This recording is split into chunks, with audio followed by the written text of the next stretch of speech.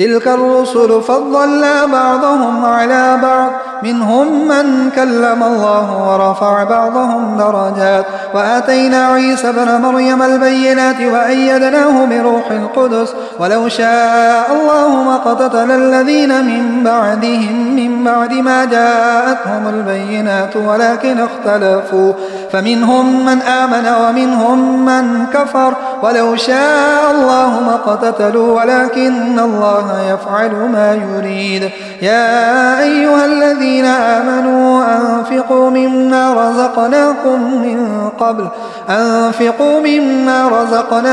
من قبل أن يأتي يوم لا بيع فيه ولا خلة ولا شفاعة والكافرون هم الظالمون. الله لا إله إلا هو الحي القيوم لا تأخذه سنة ولا نوم له ما في السماوات وما في الأرض من ذا الذي يشفع عنده إلا بإذنه يعلم ما بين أيديهم وما خلفهم ولا يحيطون بشيء من علمه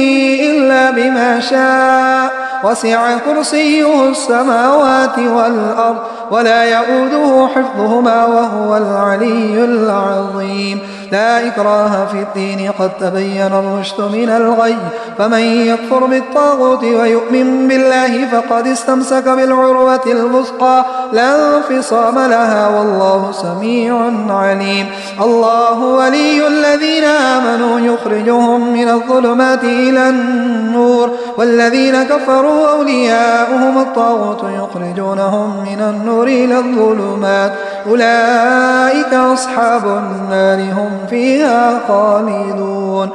ألم تر إلى الذي حاج إبراهيم في ربه أن آتاه الله الملك إذ قال إبراهيم ربي الذي يحيي ويميت قال أنا أحيي وأميت قال إبراهيم فإن الله يأتي بالشمس من المشرق فأت بها من المغرب فبهت الذي كفر والله لا يهدي القوم الظالمين. أو كالذي مر على قرية وهي خاوية على عروشها قال أنى يحيي هذه الله بعد موتها فأماته الله 100 عام ثم بعثه قال كم لبثت قال لبثت يوما أو بعض يوم قال بل لبثت 100 عام فانظر إلى طعامك وشرابك لم يتسنه وانظر إلى حمارك ولنجعلك آية للناس وانظر إلى العظام كيف ننشزها ثم نكسوها لحما فلما تبين له قال أعلم أن الله على كل شيء قدير.